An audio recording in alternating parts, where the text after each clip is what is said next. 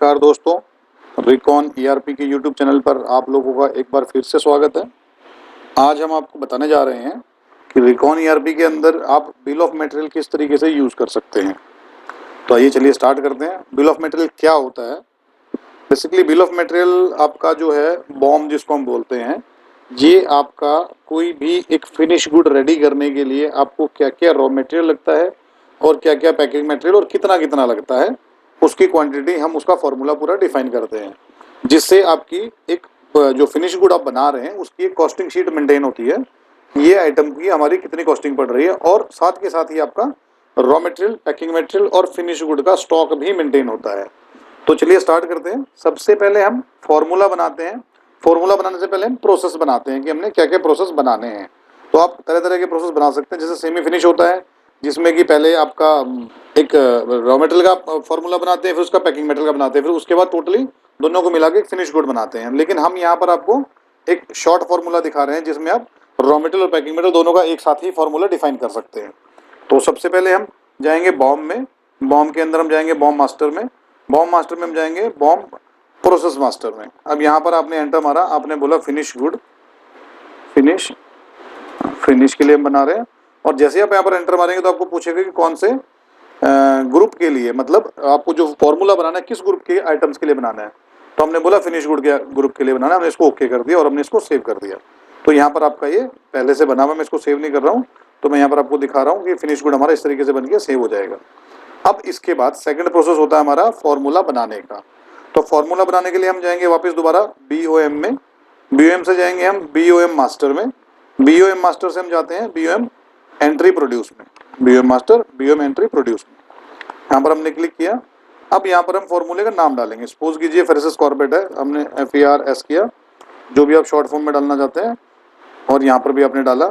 इसके बाद जैसे आप एंटर मारेंगे तो उसने जो प्रोसेस अभी हमने बनाया था वो प्रोसेस उसने हमको पूछ लिया कि कौन से प्रोसेस में आपको इसकी वर्किंग करनी है। तो हमने बोला हमें फिनिश गुड में करनी है। तो जैसे हम एंटर मारेंगे इसके बाद ये पूछेगा कि आपको उस फिनिश गुड के कौन से प्रोडक्ट के लिए फॉर्मूला डिफाइन करना है। तो हमने बोला बीकॉम SF सिरफ के लिए हमें फॉर्मूला डिफाइन करना है। तो यहाँ पर आपकी वो फिनिश गुड की ही लिस्ट खुलेगी। आपने यहाँ पर एंटर मारा। इसके बाद ये पूछता है आपको कितनी क्वांटिटी के लिए आपको ये फॉर्मूला डिफाइन करना है। हमने बोला हमारे को ये 1000 क्वांटिटी के लिए फॉर्मूला डिफाइन करना है कि मिनिमम हम 1000 का बैच बनाते हैं। तो आप इसको कितनी भी क्वांटिटी के हिसाब से बना सकते हैं, डिपेंड, ये आपके ऊपर डिपेंड करता है। अब हमने यहाँ पर सेटअप पे क्लिक किया। सेटअप का मतलब है कि जब हम इस फिनिश गुड को रेडी करेंगे तो उसमें हमारे को क्या क्या चीज़ रिक्वायर्ड होगी डालने के लिए। तो फार्मास्यूटिकल है तो ऑब्वियसली आपको बैच नंबर की रिक्वायर्ड होगी, मैन्युफैक्चरिंग डेट की रिक्वायर्ड होगी, एक्सपायरी डेट रिक्वायर्ड होगा, और आपको सेल और MRP की रिक्वायरमेंट होगी। अगर और कोई ट्रेड है तो उसमें आपको खाली बैच नंबर और सेल और MRP की रिक्वायरमेंट होगी। मे बी आपको मैन्युफैक्चरिंग डेट और एक्सपायरी डेट की रिक्वायरमेंट ना पड़े। तो आप अपनी सहूलियत के हिसाब से, अपनी रिक्वायरमेंट के हिसाब से आप इन चीज़ों को चूज कर सकते हैं। तो आपने इसको यहाँ पर ओके किया। अब ओके करने के बाद ये आ गया नीचे। यहाँ पर आपका रहा रॉ मटेरियल कंज्यूम्ड, जो रॉ मटेरियल आपके कंज्यूम्ड होने और जो पैकिंग मटेरियल दोनों, हम क्योंकि फॉर्मूला दोनों का एक साथ ही बना रहे हैं तो हमारे को दोनों के फॉर्मूले एक साथ डालने हैं। तो हम यहाँ पर करेंगे एंटर प्रेस। तो यहाँ पर आप देखेंगे तो हमारे को ग्रुप वो दो के ही प्रोडक्ट दिखेंगे जो फिनिश गुड के अलावा हैं। यहाँ पर आपको फिनिश गुड का नहीं दिखेगा, आपको रॉ मटेरियल और पैकिंग मटेरियल के ही आइटम सारे दिख रहे हैं और उनका स्टॉक दिख रहा है। सपोज कीजिए मैंने बोला इस आइटम के अंदर मेरे को ये वाला फॉर्मूला रॉ मटेरियल का, मैं एक चीज़ आपके सामने और ओपन कर देता हूँ। तो यहाँ पर हमने एंटर किया, और एंटर किया तो आपको रॉ मटेरियल यहाँ से सेलेक्ट करना है। तो मैंने जैसे ही रॉ मटेरियल पे एंटर मारा तो यहाँ पर आप देखेंगे क्वांटिटी पूछ रहा है और आपको यहाँ पर दिखा भी रहा है कि ये क्या ग्रुप है। तो मैंने बोला सपोज कीजिए मेरे को 0.500 kg इसमें रिक्वायर्ड है। फिर मैंने एंटर मारा, मैं कोई दूसरा आइटम ले लेता हूँ रॉ मटेरियल का, और यहाँ पर डाल दिया मैंने कि 1.5 kg रिक्वायर्ड है। तो यहाँ पर आपने इस तरीके से पूरी क्वांटिटी फीड करने की। इस फिनिश गुड को बनाने के लिए 1000 बॉटल्स बनाने के लिए मेरे को कौन कौन सा रॉ मटेरियल कितनी कितनी क्वांटिटी कंज्यूम करना है, लगना है। और ऐसे ही सेम आपने पैकिंग मटेरियल का भी डालना है इसके अंदर। तो पैकिंग मटेरियल भी आपने बताया कि सपोज कीजिए DMP रेड कैप मेरे को कितनी लगनी है, तो 1000 कैप लगनी है। अपने 1000 का यहाँ पे डाला और आपने, ठीक है दोस्तों। तो इस तरीके से आप यहाँ पर अपना पूरा जो भी रॉ मटेरियल और पैकिंग मटेरियल है उसकी क्वांटिटीज आप अपनी यहाँ पर फीड कर लेंगे। उसके बाद आप इसमें लेबर चार्जेस और अदर चार्जेस को दो तरीके से डिफाइन कर सकते हैं। एक तो हमने दिया है कि पूरे उसकी कॉस्टिंग पे आप परसेंटेज डिफाइन कर दे कि हमारा ये 1000 बॉटल बनने में पूरा 10% का खर्चा लेबर चार्ज का आता है, या आप उसमें पर पीस भी डाल सकते हैं कि मेरे को पर बॉटल बनाने के लिए 1 रुपया, 1 रुपया 25 पैसा, 1 1.5 रुपया जो भी खर्चा आपका आता है, तो वो खर्चा आप यहाँ पर डिफाइन कर सकते हैं। सपोज कीजिए आपने 10% डाला है यहाँ पे, या आपने यहाँ पर 10% ना डाल के आपने बोला कि मेरे को पर पीस के हिसाब से 1.5 रुपये की कॉस्टिंग डालनी, तो आप यहाँ पर उसको फीड कर सकते हैं। सेम चीज आपकी अदर चार्जेज है। अदर चार्जेज में आपका जो आता है कि जैसे आपका रेंट हो गया, आपकी इलेक्ट्रिसिटी होगी, और भी जो एक्स्ट्रा खर्चे होते हैं आपके, ढुलाई होती है, आपका पैकिंग होता है, तो वो सारी चीज़ों के चार्जेस आप यहाँ पर अदर चार्जेस में डाल सकते हैं। तो आपने यहाँ पर इसको भी सेम आप पूरे पूरे उस पर परसेंटेज डाल सकते हैं कि पूरे उसमें मेरा 5% लगना है कि 7% लगना है, या आप पर बॉटल के हिसाब से या पर पीस के हिसाब से डिफाइन कर सकते हैं कि मेरे को पर पीसेस में 50 पैसे की कॉस्टिंग पड़नी है, और आप इसको यहाँ से सेव कर देंगे, और सेव करने के बाद प्रिंट निकाल लेंगे। तो मैंने एक फॉर्मूला बनाया हुआ है, तो मैं आपको वो दिखा दे रहा हूँ। ये मैंने आपको एंट्री करने के हिसाब से दिखाया, वो एंट्री किस तरीके से करनी है। तो यहाँ पर जब मैंने डबल क्लिक किया, F1 किया, तो यहाँ पर आपको मेरा पहले से बना हुआ फॉर्मूला आ गया। जितने भी फॉर्मूला आपके पहले से बने होंगे सारे यहाँ पर शो होने लगेंगे। ये जो कोड आ रहा है आपका, ये वाला कोड आता है जो आप यहाँ पर ये फीड करते हैं। ठीक है, आपने यहाँ पर एंटर मारा, तो ये देखिए इसका हमने 2500 का फॉर्मूला बनाया हुआ है। ये सारे रॉ मटेरियल के अंदर फीड किए हुए हैं कि इसमें क्या क्या रॉ मटेरियल लगना है, कितना कितना रॉ मटेरियल लगना है, कितना कितना पैकिंग मटेरियल लगना है। और यहाँ पर आपने उसके लेबर चार्ज इन्होंने डाला हुआ है, ये 1.5 मेरा लेबर चार्ज यहाँ पर लगता है, और 50 पैसे मेरे को यहाँ पर लेबर चार्ज लगते हैं। आप इसके बाद यहाँ पर अगर आप इसकी एक फॉर्मूला की शीट निकालना चाहते हो तो यहाँ से प्रिंट भी कर सकते हैं, जिससे कि आपको फॉर्मूले की शीट निकल जाएगी।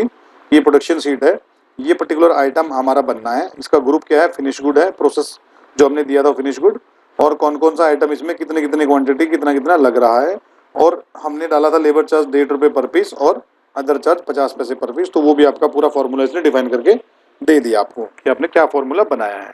आप इसको प्रिंट करके अपने केमिस्ट को दे सकते हैं। इसके बाद सर आपका प्रोसेस आता है कि अब आपने फॉर्मूला डिफाइन कर दिया, तो इसी तरीके से आप अपने सारे प्रोडक्ट्स के फॉर्मूले बना लेंगे। अब उसके बाद जब आपका मटेरियल बनने जाएगा मशीन में और बन के आपके पास आएगा, तो आपने यहाँ पर उसको लेस करना होता है कि रॉ मटेरियल मेरा इतना लेस हो गया, पैकिंग मटेरियल और कितनी बॉटल्स मेरी बन के आई।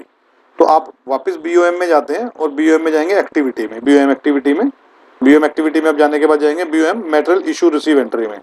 आपने यहाँ पर जैसे ही क्लिक किया तो हमने एक सिंगल प्रोसेस बनाया हुआ है कि आप डायरेक्टली रिसीव करेंगे तो automatically raw material packing material issue अपने आप हो जाएगा, तो आपको ये इजी पड़ता है। तो हमने यहाँ पर इस पर एंटर मारा और यहाँ पर हमने सीरियल नंबर ले लिया, एंटर मारा, डेट ले ली जिस डेट में हमको फीडिंग करनी है, और आपने जैसे ही एंटर मारा तो आपको ये मेथड जितने बने हुए थे आपके वो सारे मेथड आपको शो कर देता है। तो आपने कौन से मेथड के प्रोडक्ट रिसीव कर रहे हैं आपने वो सेलेक्ट कर लेना है।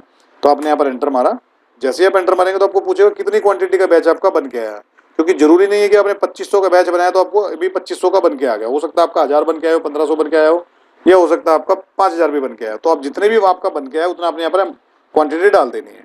सपोज कीजिए मैंने इसको डाल दिया 1000 क्वांटिटी, तो जैसे ही मैं एंटर मारूंगा तो ये ऑटोमेटिकली रॉ मटेरियल को अपने हिसाब से कैलकुलेट करने लगा कि मेरे को कितना रॉ मटेरियल इसके हिसाब से रिक्वायर्ड है।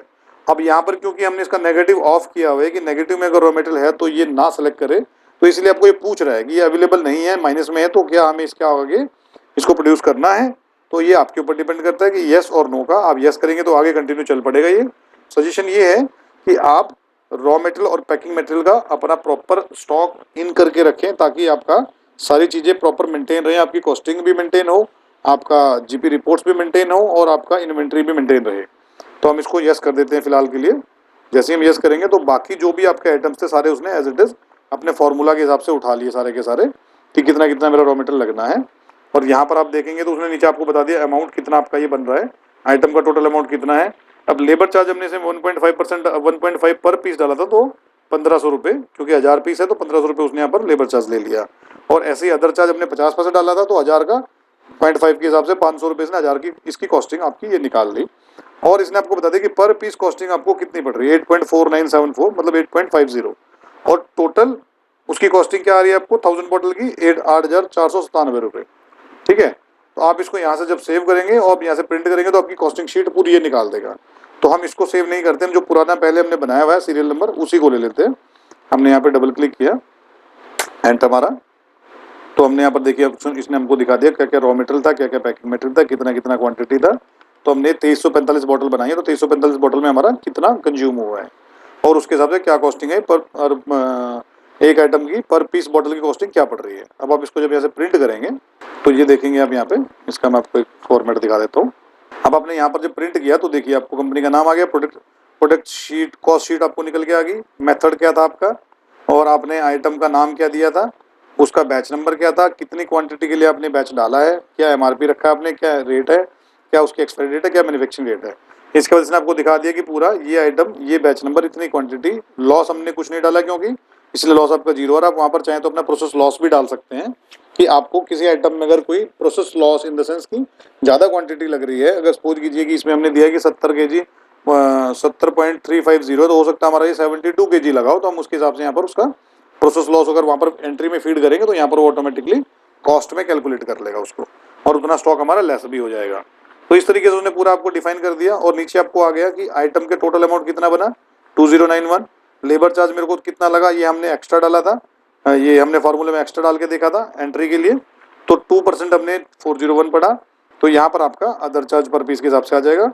और इसके बाद आपका यहाँ पर कॉस्ट पर पीस आपका आ रहा है, डेसिमल में हमने किया हुआ, तो 11.168 आपका कॉस्ट पर पीस आ गया। और टोटल जो कॉस्टिंग आ रही है आपकी 26,188.59, तो 26,188.59 आपकी कॉस्टिंग आ गई। तो इस तरीके से आपकी पूरी प्रोसेस शीट, आपकी कॉस्ट शीट भी बन जाती है, आपको आइटम की कॉस्टिंग भी निकल आती है। आप जब कंट्रोल आई हम करते हैं और बीकॉम एसएफ सिरप हम देखते हैं, बीकॉम एसएफ सिरप, यहाँ पर अगर आप F10 दबाते हैं और F1 हमने यहाँ पे दबाया, तो आपको देखिए, ये देखिए 11.17, क्योंकि 2 डेसिमल में दिखा रहा है तो 168 का उसने 17 कर दिया। यहाँ पर आपको एक कॉस्टिंग आ गई, और यहाँ पर आपका एमआरपी आपने डाला था 110 रुपये, 100 रुपये, 13 रुपये आपका सेल रेट डाला था। तो ये सारी चीज़ आपके सामने आ रही है, मैन्युफैक्चरिंग एक्सपायरी डेट आपकी आ गई यहाँ पे। तो इस तरीके से आपका पूरा ये स्टॉक मेंटेन हो गया 2345 का। और जो रॉ मेटेरियल आपका था, कोई भी एक रॉ मेटेरियल अगर मैं आपको दिखा दूँ, उसका एक लेजर दिखा देते हैं, इसी को ले लेते हैं हम। अभी इसके पास 24.58 है, कंज्यूम कितना हुआ यहाँ पर 0.42। तो इसका जब हम रजिस्टर निकालेंगे तो ये देखिए, इसने 25 किलो हमारे पास परचेज हुआ था, उसके बाद 0.42 हमने यूज़ किया, तो 24.58 हमारे पास ये रॉ मटेरियल का स्टॉक बच गया। तो इस तरीके से आपका पूरा रॉ मटेरियल का स्टॉक मेंटेन रहता है, पूरा पैकिंग मटेरियल का स्टॉक मेंटेन रहता है, और आपके प्रोडक्ट की कॉस्टिंग भी आ जाती है। और कल को जब आप इसको सेल करेंगे तो आपका सॉफ्टवेयर के अंदर जीपी रिपोर्ट भी आपकी प्रॉपर आएगी कि कौन से आइटम पे क्या प्रॉफिटेबिलिटी आपने कमाई है। ठीक है दोस्तों, तो आपको हमारा ये वीडियो कैसा लगा, इसको लाइक जरूर करें, कमेंट करना ना भूलें, वीडियो को शेयर जरूर करें, और आपके जिस जिसका यूज़ का है उसको आप प्रॉपर तरीके से इसको यूज़ में लें। धन्यवाद।